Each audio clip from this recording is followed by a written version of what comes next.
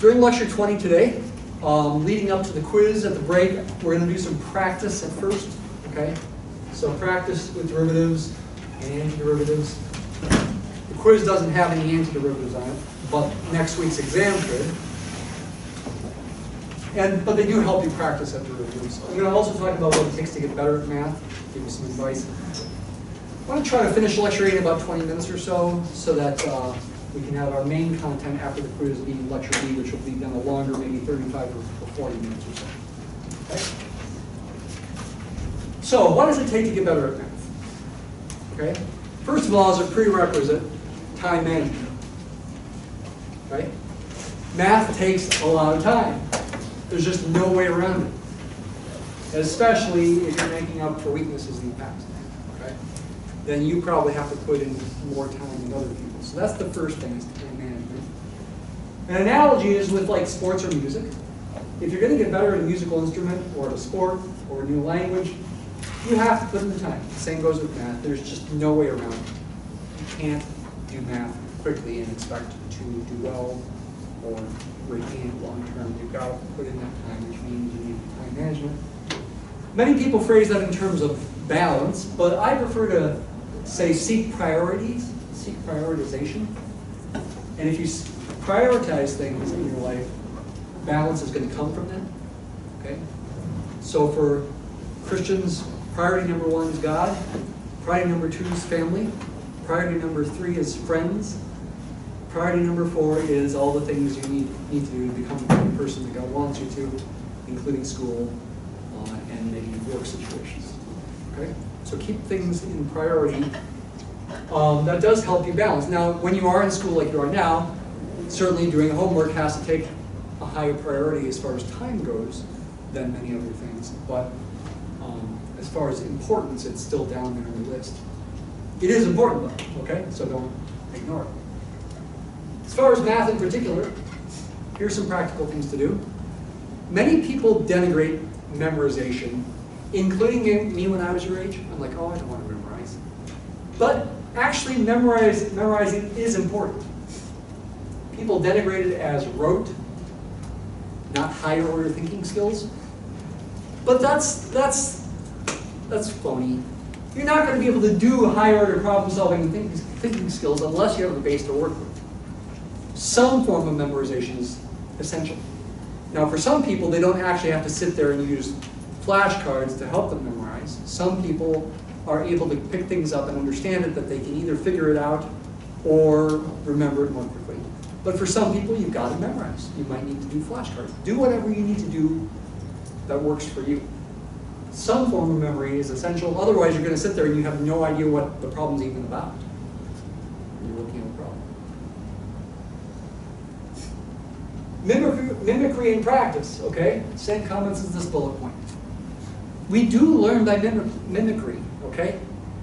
Like, you know, I'm not giving you one of those epsilon delta proofs, but if you wanted to learn more about epsilon delta proofs, you'd want to mimic me. Mimicry does sometimes have to come before understanding, okay? We mimic people when we learn how to walk, when we learn how to talk, when we learn how to do various social interactions. We mimic other people. That is a form of learning.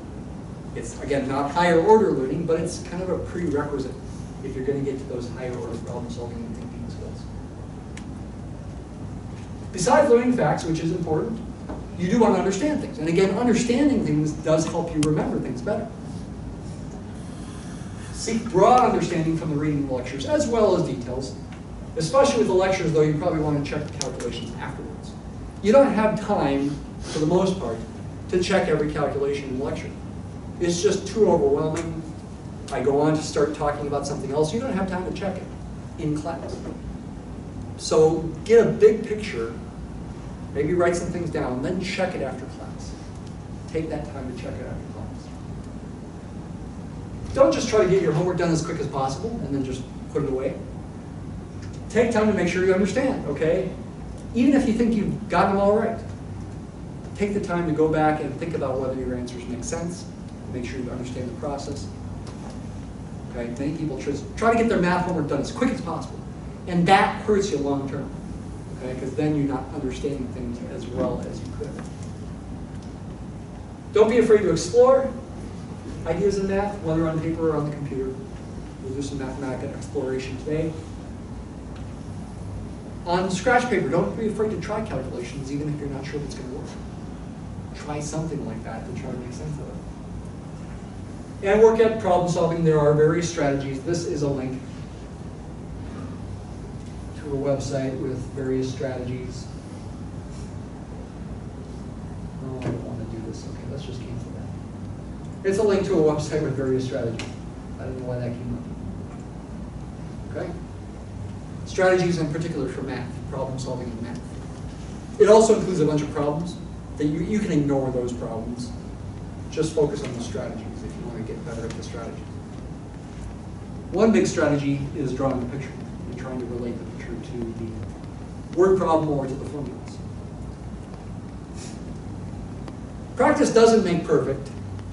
You know I'm not perfect, right? Last Friday I made plenty of mistakes in lecture B.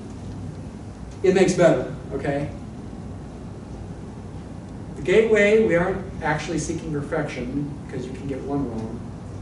You gotta get 6 out of 7 exactly right to pass. So we're looking for close to perfection, at least during that time in the gateway. You can do it, okay? Make sure you practice. Practice old quizzes, for example. Practice more problems from the book that you can check your answers with as you're practicing for the gateway. Work with each other, that kind of thing. Let's get a little practice right now. Let's take the derivative of that long function from quiz 5, this one here. It gave many of you trouble, and again, the only reason I'm making it a long problem like this is so that I can essentially make it easier to grade, quicker to grade. I could have separated this into like 5 separate problems worth 1 point each, but I made this whole thing, this one problem, worth 5 points. Okay, so what is the derivative going to be? You've got to think about all of your rules and use those memory aids that I've mentioned so far.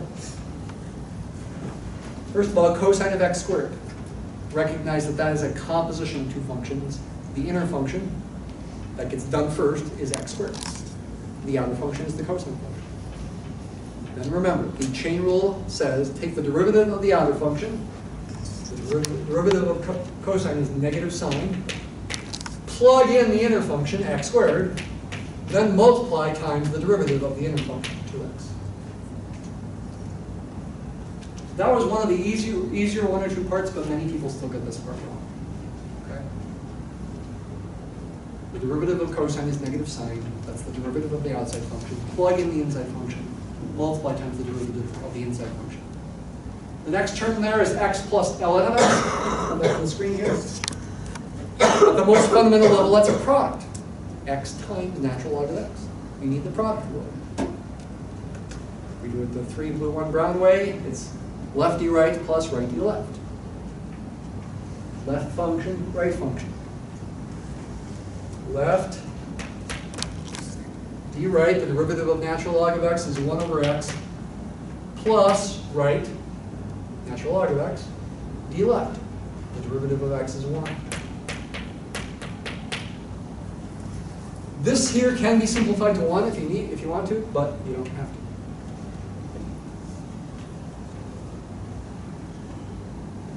The next term is inverse tangent, 2 times inverse tangent of 3x. Once more, I say it could have been an arctangent. You should be able to handle that because that does come up on the gateway sometimes. There are like 3 or 4 versions of the gateway. Sometimes you'll see an arctangent in there. Sometimes you'll see an arcsine. Arctangent is the same as inverse tangent. So the derivative of that, the 2 just gets carried along for the ride, if you like, to think of it that way. It's just a constant multiple. The derivative of inverse tangent is 1 over 1 plus the input squared. If that were an x, then it would be an x squared. It's a 3x. I've got to use the chain rule. 3x is the inside function. I have to plug that into the derivative. So instead of doing x squared, I need a 3x quantity squared. And in parentheses, there are essential, unless you simplify it to 9x. Then the chain rule says multiply times the derivative of the inside function. The derivative of 3x is 3. You can combine the 2 and the 3 to give you a 6 up top. But again, on the bottom there would be a 1 plus 9x squared if you simplify. The next term here is x squared times the square root of x. You could use the product rule, but it's simpler to just say, hey, x square root of x is x to the 1/2. 2 plus 1/2 is 2.5. You can write that as x to the 2.5 power. 2.5 is also 5/2. You can write the answer that way. Bring down the 2.5 and subtract 1 from the exponent. That's the same as 2.5 x to the 1.5. That would be fine as well. Many people use the product rule. That's fine as well. But it's simpler to use the power rule once you write it as x to a certain power. In this case, it would be 5/2 or 2.5 power. Then minus the derivative of that fraction is to fraction. You need the quotient rule. Low d high minus high d low over the square of what's below. Low d high. Parentheses here are essential.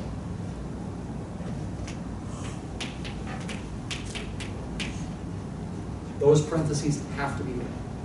If you forgot to put them, everything else was right. But you're multiplying low d high, the entire bottom times the derivative of the top. Minus high, the top. D low, the derivative of the bottom is just 2. Over the square of what's below. That's the answer in unsimplified form. It can be simplified. I did a little simplification on the screen here. I multiplied 4 times 3. And I also multiplied 4 times 2. It could be simplified further. You could distribute the 12 either 3x through the parentheses there, and then you'd be able to combine 12 e to the 3x minus 8 e to the 3x would be 4 e to the 3x. But it's fine to leave it this way. It's fine to leave it this way.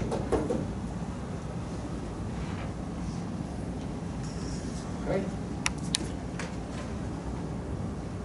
Today's quiz is definitely pretty challenging, but it's definitely going to help you prep for the gateway.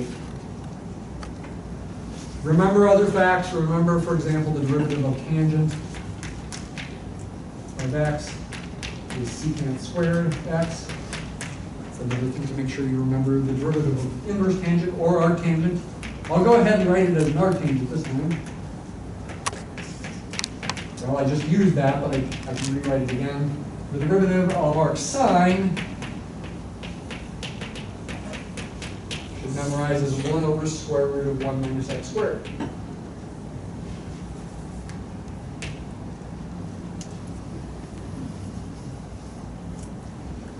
I just glanced at the gateway exam this morning, and I don't write the gateway. Somebody else in the department wrote it like 25 years ago. They just reuse it. It did include one derivative that I didn't remember that included. Technically, in that message I sent you yesterday, there is one more derivative to know for the gateway that you can memorize. You can also figure it out. It's the derivative of secant.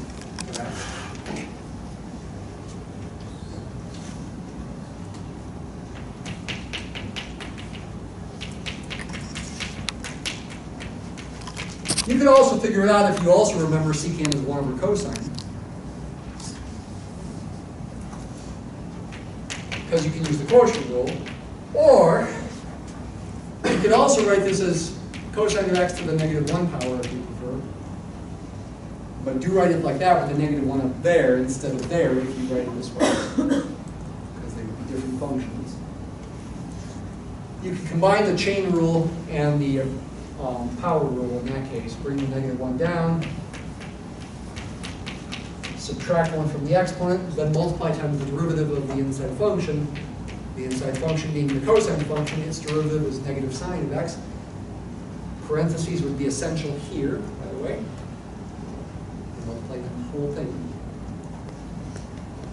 The two negative signs cancel. This can be written as sine of x divided by cos squared x. That can be separated into 2 fractions if you like this, which means the answer can also be written as secant x times tangent x, and that's something you can memorize if you want. And it does show up on the gateway, at least one derivative. The answer. Either form of the answer is okay. Even this form of the answer is technically okay.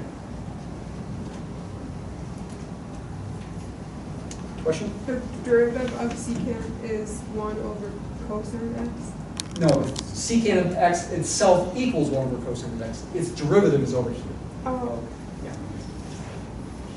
That's the definition of the secant function. There's its derivative.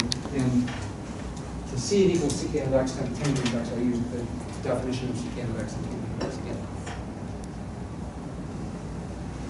Okay? So all things to try to get in your memory. Yes? So on the gateway, would the problems look more like the big one? They are shorter. Yeah. Another thing I want to mention is be aware of things like this. Instead of square root of x, you might get cube root of x. That's the same as x to the 1/3 power. So you want to use the power rule there.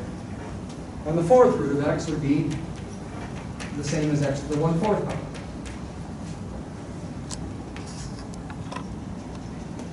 So again, use the power rule for that kind of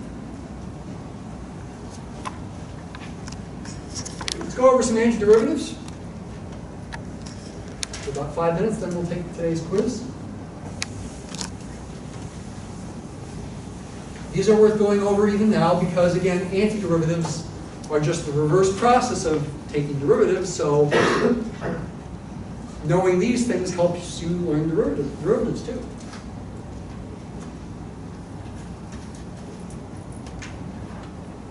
There's a few here that require a bit of ingenuity as well. Here's one. The integral of x to the n dx. Let's see if we can reason it out. Pretend n was 5 or something. What function has a derivative equal to x to the 5th? Well, it would not be equal to x to the 6th, but it would have to involve an x to the 6th, right? The derivative of x to the 6th itself, by the power rule, is 6x to the 5th. Oh, yeah, I guess that would mean the derivative of 1/6 x to the 6th, because the constant being multiplied would just go along for the ride, would be 1/6 times 6x to the 5th, which is x to the 5th. So if n were 5, the answer evidently would be 1/6 x to the 6th plus c.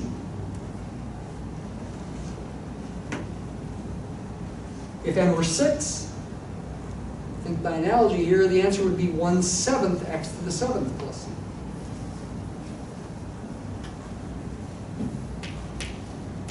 You would add 1 to the exponent and divide by that new exponent.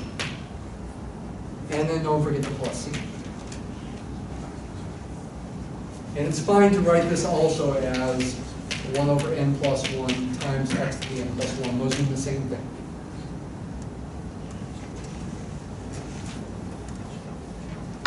Wait a minute, what if n is -1? If n is -1, we'd be dividing by 0. No, can't be possible. This is true when n is not equal to -1. What if n is -1? Let's quiet down, please. If n is -1, that's the same as 1 over x. What function has a derivative equal to 1 over x? Natural log of x. The answer is natural log of, well, we tend to put an absolute value sign in there as well. Natural log of the absolute value of x. Why did I do that? It gives you a more general answer is the reason. This function is defined when x is positive or negative, as long as x is non-zero. We really want the answer to be defined when x is positive or negative. When x is negative, the natural log of the absolute value of x still works as an antiderivative. Why? Let's check it.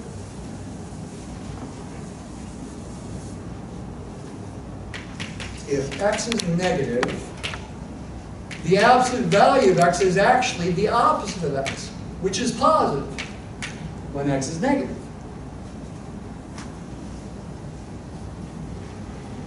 So the derivative of the natural log of the absolute value of x when x is negative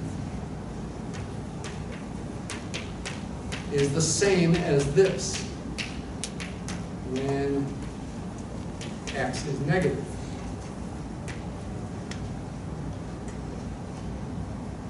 Now differentiate this with the chain rule. The derivative of the natural log of x is 1 over x, so I get 1 over whatever the inside function is, times the derivative of the inside function. The derivative of negative x is negative 1. The negative signs cancel, you still get 1 over x, even when x is negative. So that allows us to say this. And that is something worth doing in some circumstances. So do it. These last three require a little bit of ingenuity. K is a constant here. I'd like to find the most general antiderivative of e to the kx with respect to x. The dx is kind of emphasizing that x is the variable rather than k. Well, I know the derivative of e to the kx.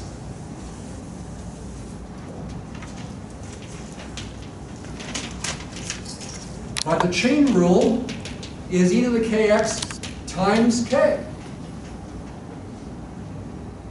The derivative of the inside function, kx, is k, differentiating with respect to x.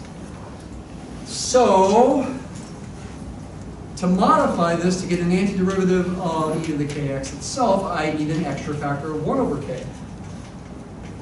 E to the kx, so that it cancels with the k that I get from the chain rule. Those k's cancel now, and I get e to the kx. So the answer is this, plus c. As long as k is non-zero. If k were 0, you wouldn't even bother writing this as an exponential. You'd write it would be e to the 0, which is always 1. You'd write it as a 1. By the way, this is true even when n is 0. Integrating 1, which is x to the 0 power, at least when x is non-zero, gives you x to the first power over 1, x plus c. These two are similar. General antiderivative of cosine of dx, dx. So x is the variable. It's got to involve a sign.